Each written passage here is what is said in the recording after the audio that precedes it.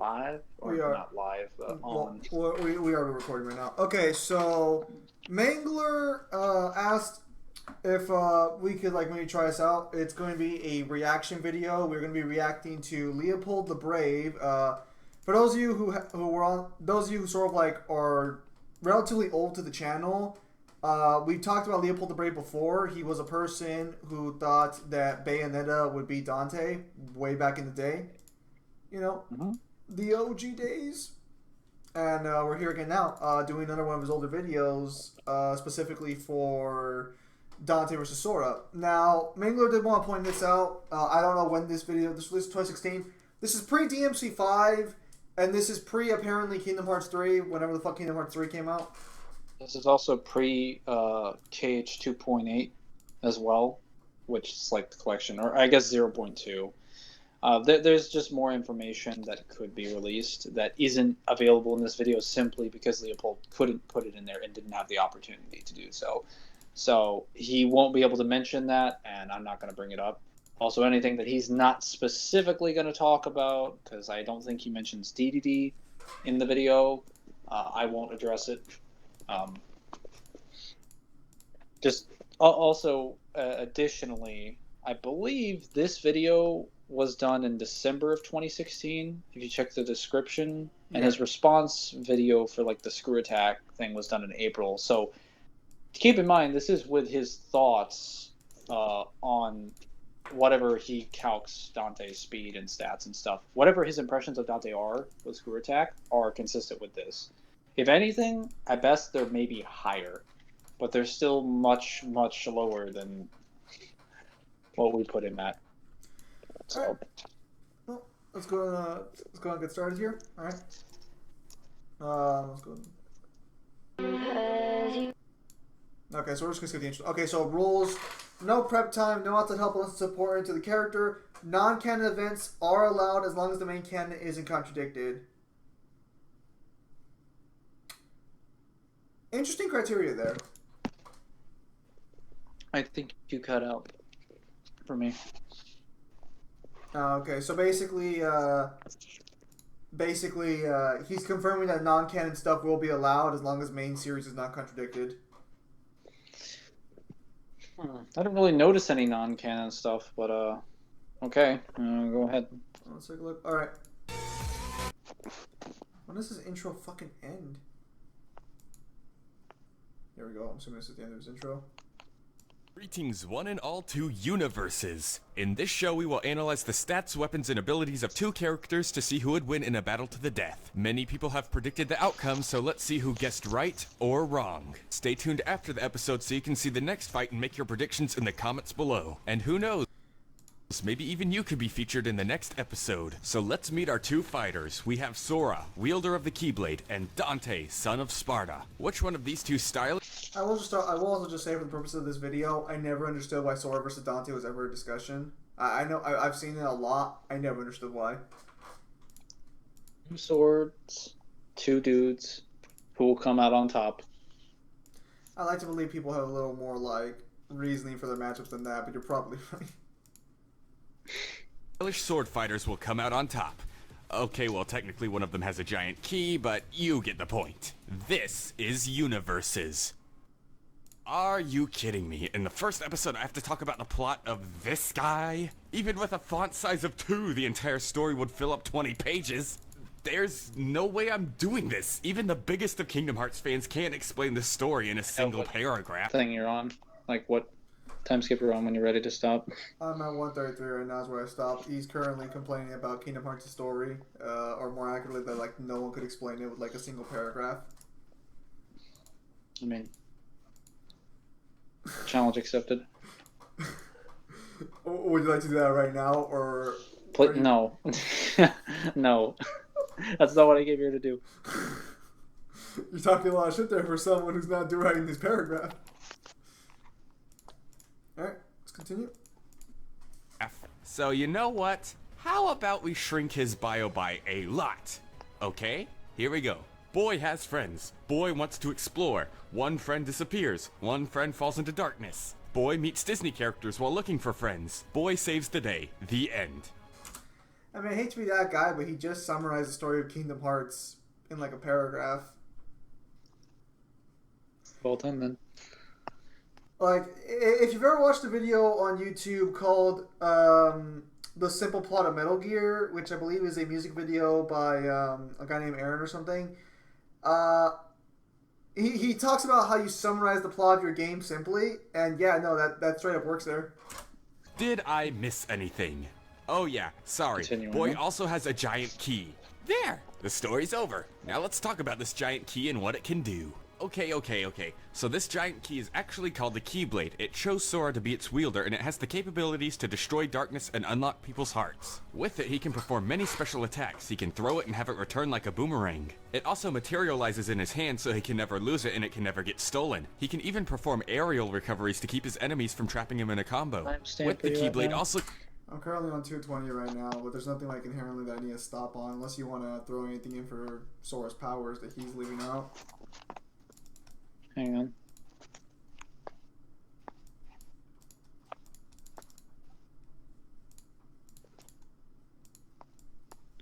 Because he's just going over generic powers right now. So he does say that Sora can easily replenish his MP by replenishing melee attacks. I think you're a bit ahead of me, because I'm at 220. Yeah, it's at 225, so it's not that far away. Becomes a whole ton of magic. While it can run out, Sora by landing melee attacks. Yeah. This gives him a virtually endless pool of magic to draw. Alright, so what are you going to say on that regards to that?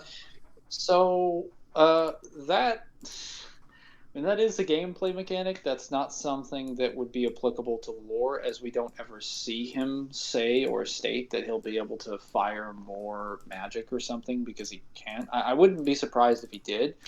But even if you want to use it as a gameplay mechanic, that wouldn't even work if you're showing footage of KH2, because that's not how the EMP system works in KH2. KH2, it works on a recharge. Once you exhaust your MP, either fire, blizzard, thunder, whatever it is you're using, or cure, after the MP bar runs out, it recharges. You do not replenish it by hitting enemies with your stick of wonder. So are you saying that bar, that like mechanic does change from game to game? Yes, it is only present in KH1. It is not present for any game in the series, or for any character of any game in the series, except for Sora in KH1 exclusively. So. Alright, so, alright, fair enough. Draw from. He has fire spells, ice spells, thunder spells, and even a spell that can heal him quite a bit. This healing is very quick and effective, so it's very easy for him to use during combat. Orange barriers that blow enemies back, or even create a mini vortex that can draw enemies in and deal heavy damage. Is that generic Keyblade power, or is that like a specific attack? Those are magic spells. Alright. Combat. He can surround himself in a barrier of wind to reduce damage, he can flatten his foes by controlling gravity, and he can even stop time completely for quite a bit.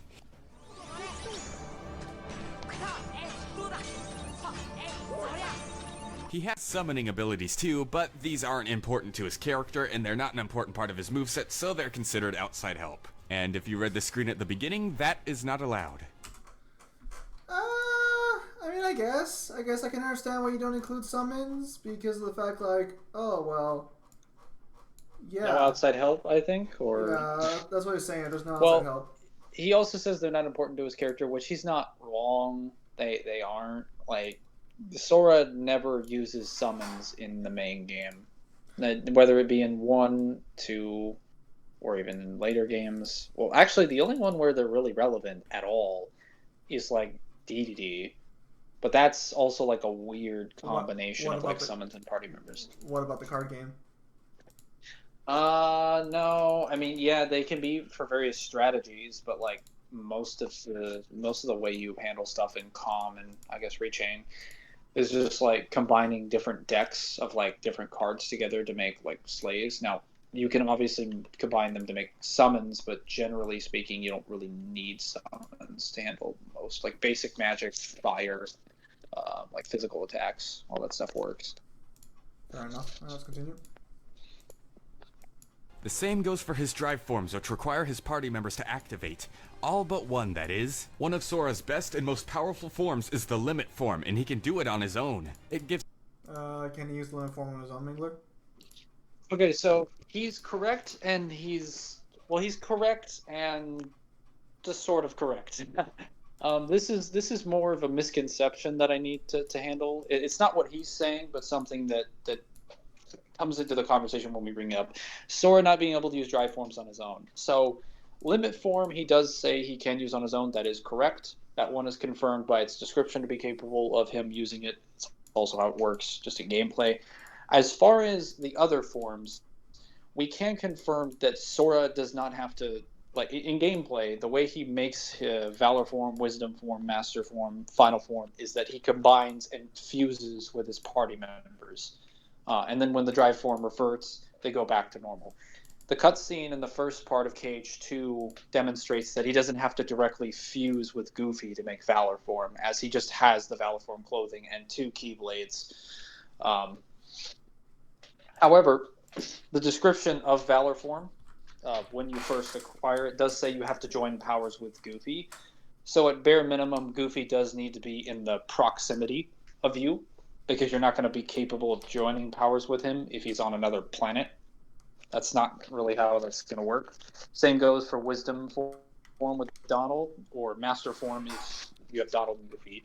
I would technically say that Final form he can probably use on his own, because that does draw on the power of Roxas. So since Roxas is always inside of him, he should be capable of using Final form on his own. The whole like party members to activate thing is specifically a gameplay mechanic, but he does need specific individuals to be there to actually use the form. It's kind of the same thing. It's like he's correct, but not correct. So it's a weird misconception, because the cutscene more or less confirms he just doesn't have to do the fusion dance with them, but they still have to be there. That makes sense. The only reason Roxas is excluded. I'm just like super fucking confused right now, because it's like, wait, so does he need it or does he not need it? So it's established by gameplay, right? Yeah. By gameplay, that in order to fuse, because the way this happens is that when you activate your drive form, Sora literally bursts into energy, and his body is covered in like a white light, and your party member disappears. And then when it stops, when the animation stops, you have 2 new Keyblades, and then your colors, your clothing has changed forms, and you're in a different stance. That's usually how Valor, Wisdom, Master, and Final form happen. In gameplay, it takes up all of a set amount of party members depending on which form. Master form and Final form take up all your party members. Now, he's technically true in the case that certain forms do require party members to activate, in the sense that by the descriptions of Master form, Wisdom form, and Valor form, because Master form is just the combination of Wisdom and Valor, you do have to have specific party members present, because you're drawing on their power. You're joining powers with them. Even if that doesn't mean you're directly fusing with them, because, as I said before, the description, the cutscene from the beginning of Twilight Town, at least the twisted, that weird tower that he's in where Young Sid is, basically demonstrates that he doesn't have to do the fusion dance with Goofy. He goes into Valor form and Goofy is still standing there. But that doesn't deconfirm the fact that the description of Valor form that you received after that cutscene does confirm Goofy does need to join powers with you. So all we can interpret that to mean is that Goofy at least needs to be in the vicinity. Does that make sense? Yeah, I guess. Still a little more complicated than fucking needs to be, but yeah, I guess. So bottom line, Valor, Wisdom, and Master require his party members. Limit doesn't, because it works on its own, and Final doesn't, because he always has Roxas inside of him. Alright, fair enough. Alright, come on. Gives him extremely upgraded versions of all his special abilities and attacks. And Sora himself is also quite impressive physically. He can jump higher than most humans, perform many acrobatics, and he can even fly. And of course, like most RPG characters, he's absurdly powerful. He's strong enough to slice through 7 buildings in a single second, then slice more buildings and use the broken pieces as platforms so he can jump up and slice even more buildings to use those as platforms too. He, apparently really hates buildings. Come on, Sora, what did the buildings ever do to you? People probably still live in there. The lights are still on. Anyway, Sora has also cleared out a valley of 1,000 Heartless by himself. And he was able to defeat Xemnas, who had been strengthened by the world creating and destroying Kingdom Hearts. Ah, name drop. There's... Oh, so you gonna say anything about the Xemnas feat or no? He'll cover it in more detail, I think. But you should have gotten to the part where he talks about Sephiroth by now, right? No, hang on. also things like him defeating Final Fantasy Sephiroth, defeating Hercules... Okay, he just said defeating Final Fantasy Sephiroth. Is that what you're referring to? So Sephiroth's fight isn't canon. I don't know how to tell you this, but it's a completely optional boss fight, and while it does have its own cutscene, that's just a cutscene for if you choose to go in there. It's not required to actually finish the games, and when Sora has his events in Kingdom Hearts Chain of Memories, like when he goes to the worlds, especially when he goes to Olympus Coliseum in his memories, no matter which floor you choose Olympus Coliseum to be on, in the White Rooms of Castle Oblivion, when Sora relives his memories, Sephiroth is nowhere to be seen in those memories. He is not present at all.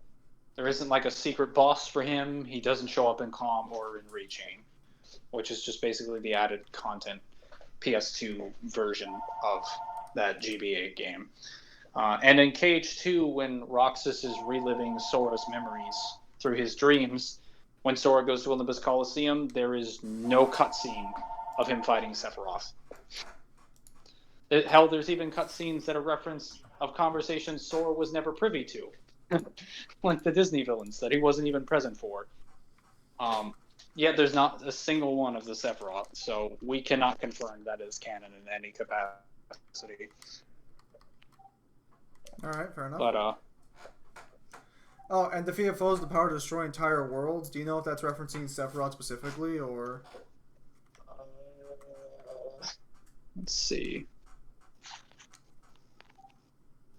I'm pretty sure that's referencing the dark side and anyone above him, because in the beginning of KH1, when you're on Destiny Islands, the world, or the planet, as it's being shown, is being destroyed by a dark side who is basically summoning a giant orb of darkness to destroy the planet. And you have to kill the dark side to leave. So you do physically kill him. You can tank hits from him.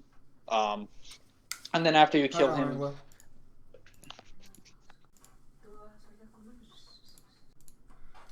Alright, I'm back. Sorry, it's because I had to talk to mom about something. Yeah. Anyway, you do have to defeat him by like physically beating him to death, because Sora at this point has not learned any magic. He's literally gotten the Keyblade like 20 minutes ago, after it appeared in his hand for the first time. So he does have to physically hit the thing to death. Now the Keyblade is a weapon of light, so it is incredibly effective against Heartless, especially if they are in the realm of light, where light is the strongest, because their influence is at the weakest. But at bare minimum, it shows the dark side is capable of affecting planets, at least even with an energy ball that it has to charge up. And Sora is capable of like tanking that, or at least tanking blasts from the dark side in rapid succession and beating him to death. So that's fair, because the dark side is also weaker based on Kingdom Hearts days. Is shown to be weaker than even the basic attacks from like organization members. So since he fought the leader of the organization, Sora would definitely scale to that. I do agree. All right. Let's continue. With barrels, but it's not just power this guy has. Sora is also extremely speedy. Sora and his friend Riku once deflected thousands of light speed lasers while they were trapped and surrounded in a small area, slapping all those bright little beams as if they were raindrops. Huh. Sounds familiar. Okay, so he uses the feat to then like blocking laser beams around them. Would you say it's accurate?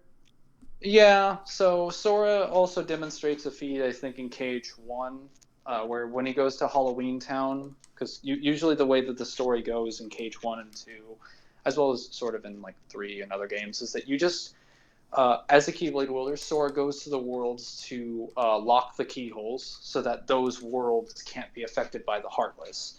And in Halloween Town, in order to lock the world, he has to shoot a beam of light to the moon, and it travels there like instantly, in like a second. So that's just like the light from his Keyblade. He does the same attack to kill Final Xemnas, the person who's shooting that laser dome of light speed stuff that you're seeing, that he's referencing.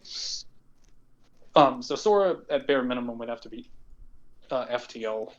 I would probably say at least 10 times faster, because he is reacting. Now, while Riku is sharing the feat, he is reacting to multiple, like, by the angle of that shot, he would be reacting to, like, 5, 6, maybe 7 lasers at a single time. He would have to twist his Keyblade to react to all of them, spin around, and then hit another one in sync with Riku. So he's quite a bit faster than the speed of light. So I think that one's definitely fair. I wouldn't say it's like massively faster. I wouldn't say it's like 100 times. You certainly don't need to be 100 times, even if they have to block that many, because the dome is shown to be exploding after you hit enough lasers. Like the rest of them just start, because your specific command is referred to as I think it's reflect. It's either reflect or deflect. Like you're knocking the lasers back into the dome, which is destroying the rest of the dome. You just don't start noticing the destruction until you're a bit of a ways into the press triangle to win section. Okay, so we are 20 minutes into this video. Right. And by that I mean the video we're recording, not the video we're watching. Well, I mean, we're like 4 minutes into the video we're watching, so I think that's not bad. All right, let's continue. But not. Okay, so the gummy ship. You want to just get that out of the way now? Yeah. Yeah, we're just gonna go a little forward. So That's less than he says, I think. So he does Faster than say light. he can pilot the solar system. The same goes for when Sora pilots the gummy ship. The gummy ship can travel to different solar systems in a matter of minutes. So while this is true, the fact that Sora is already FTL, assuming if Sora actually had the ability to fly, he would be capable of moving through his own solar system on his own speed. It would just take him a little bit longer. But in the case of the gummy ship, understand, like, for the gummy ship, I wouldn't scale that to him in the same way that I wouldn't scale, like, the armor glider things for the BBS characters, because it's not native of their own power or piloting it. In addition to that, like, Sora's hands are on the console, so he wouldn't even, like, have to react as fast. He's not moving across the gummy ship every single time he needs to do this. This is aside from the fact that a person can already perceive events that are much faster than their body can react in real time. Like our eyes, for example, can perceive bullets. The bullets will appear to be blurry. We won't be able to react to them physically, and they will most likely hit us, assuming the person that's shooting the bullet has good accuracy. But we will still be able to see the blur. And in this case, like, Sora wouldn't even, like, they're not even being portrayed as blurry to him. So, I mean, maybe you could argue that he really does scale to the gummy ship, but I find that very unlikely, given that the gummy ship is built to protect them. So even if it was tumbling and moving around at that speed, it wouldn't cause him any particular risk. Not to mention, he's shooting most of them before they get close to him. So, I don't think it would be necessarily fair to argue that he scales to the speed of the gummy ship, because he's not only are his hands in the position to fire the lasers and weapons from the gummy ship to kill the enemies way before they get to him. Most of the things that he would be reacting to and seeing would be like objects that he could potentially run into, like the rings and various things. Like a lot of the enemies aren't even targeting him. They're just flying by, and he's just wasting them with lasers. So, while I do think you can get Sora probably to like tens of times faster than the speed of lights, if we consider how fast his eyesight would be in comparison, his eyesight would be like hundreds to thousands of times, if we're including how fast that is comparison. Because he's not a normal human, clearly. And we can already see things way faster. So. All right. Let's continue. He's a pretty impressive kid, wouldn't you agree? And to think he started out as a little goofball on an island. I had given in to the darkness. Riku! How am I gonna face everyone? I'm just gonna skip this forward a little bit. Demons. It's Universes, featuring Dante We're into from the the Dante Devil May section. Cry series. He loves pizza, he loves strawberry sundaes, he really sucks at gambling, but he's really good at... It does say age 18 DMC3 to blank DMC2. So I guess he's including up to that, but I'm seeing some shots from the anime here, which, to be fair, does take place in the same year as DMC2. So, not sure how he would know that. I mean, this was before the timeline switch. No. Okay, you're forgetting that, like, for the majority of DMC's existence, 2 was the end of the timeline until 5 happened. Well, yeah, but where did the anime go in the original timeline? After 1, before 2, because everything was before 2. So, like, the anime having the anime being there isn't indicative that he knows it happens in 2's year, because the anime never happened in 2's year. Oh, yeah. The anime doesn't actually switch places in the timeline. It just stays where it is. Only DMC2 gets shifted. Yeah, because originally the anime would be prior to DMC4, and now it's just prior to DMC2. So it's technically they take place both the same year, so... I mean, but really nothing has changed. But they didn't do that. No. See, that's where you're wrong. That wasn't the case. Because DMC4's guidebook confirms that DMC2 happened in the distant future. Well, I meant, like, for the anime. No, the anime would have happened before 4 happened. It still does. Yes, but you're saying the anime happens during 2's year. That's only now because of what happened with DMC5. Oh, I see what you're trying to say. That it's just, like, vaguely before 4, but never a specified year. Yeah. I got you. All right, let's continue. Pool. Yeah, no, that was definitely, it was never specified, so I agree with that. I just thought you meant, like, never mind. All right, let's continue. Weapons too many to count? He's Wait. a demon killer. So, is he compositing Dante? Presumably he would be, because if he's mentioning too many weapons to count, that means we're getting all of Dante's abilities and weapons. He does not want to do that. But, I mean, he already did, Mangler! It's too late! There's some other stuff we're going to talk about with Sora when we get to the end that is going to kind of hurt. But assuming he's compositing, I might not have to mention it. But I will mention it just for the record later. But let's continue. And a lady killer with a very also, what's with the status thing? Probably never friend zone. That's the most inaccurate status he could ever. Yeah, no. This man. What do you mean never friend zone? Do you think he's cool enough to get friends? Do you have any idea how many like?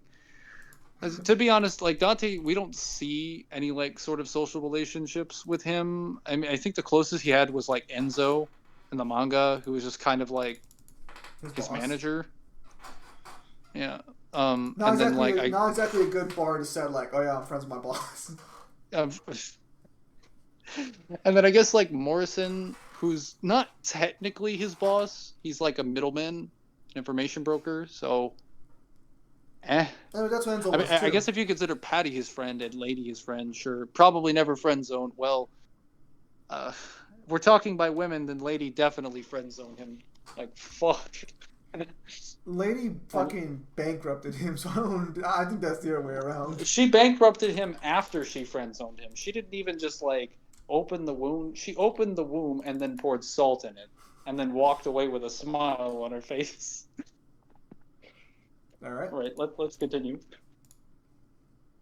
When it comes to pure style, Dante absolutely dominates with his swift moves, insane healing factors, and his wide arsenal of weapons as he runs his demon hunting business. Now, first Dante, I know I'm interrupting a bunch, but I love how the first Dante, when he says like Dante absolutely dominates enemies with a flurry of like style and moves, and the first DMC that he shows, DMC 2.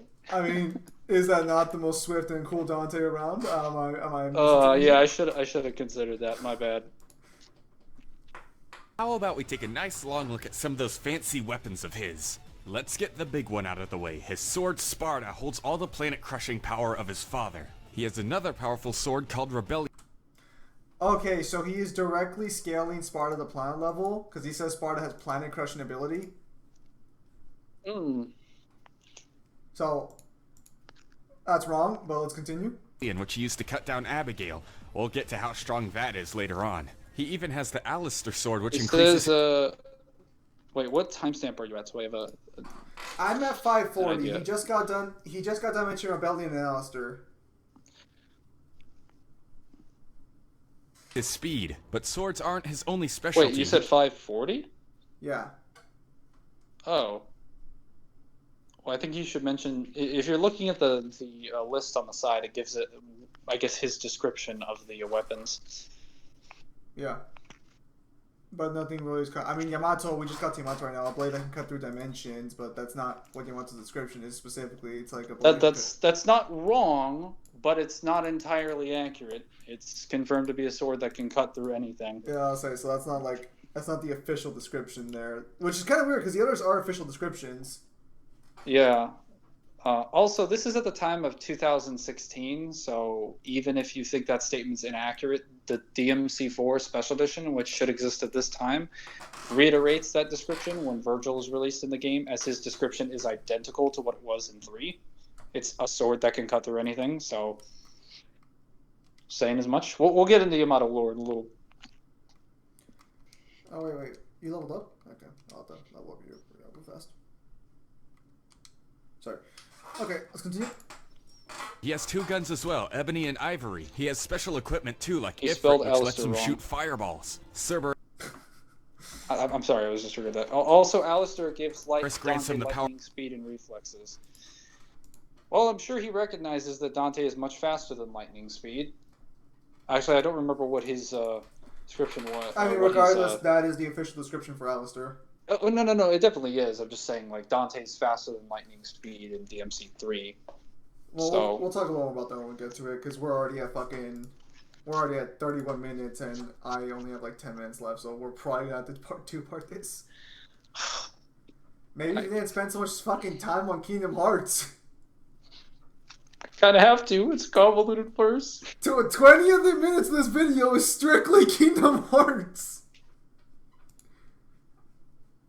Power of ice, and Nevin even grants him the power of lightning and bats. Gear like Gilgamesh and Beowulf increase Dante's hand-to-hand combat power, and he even has a briefcase called Pandora which can take over 600 forms. This includes a bazooka, a bowgun, or even a boomerang. What?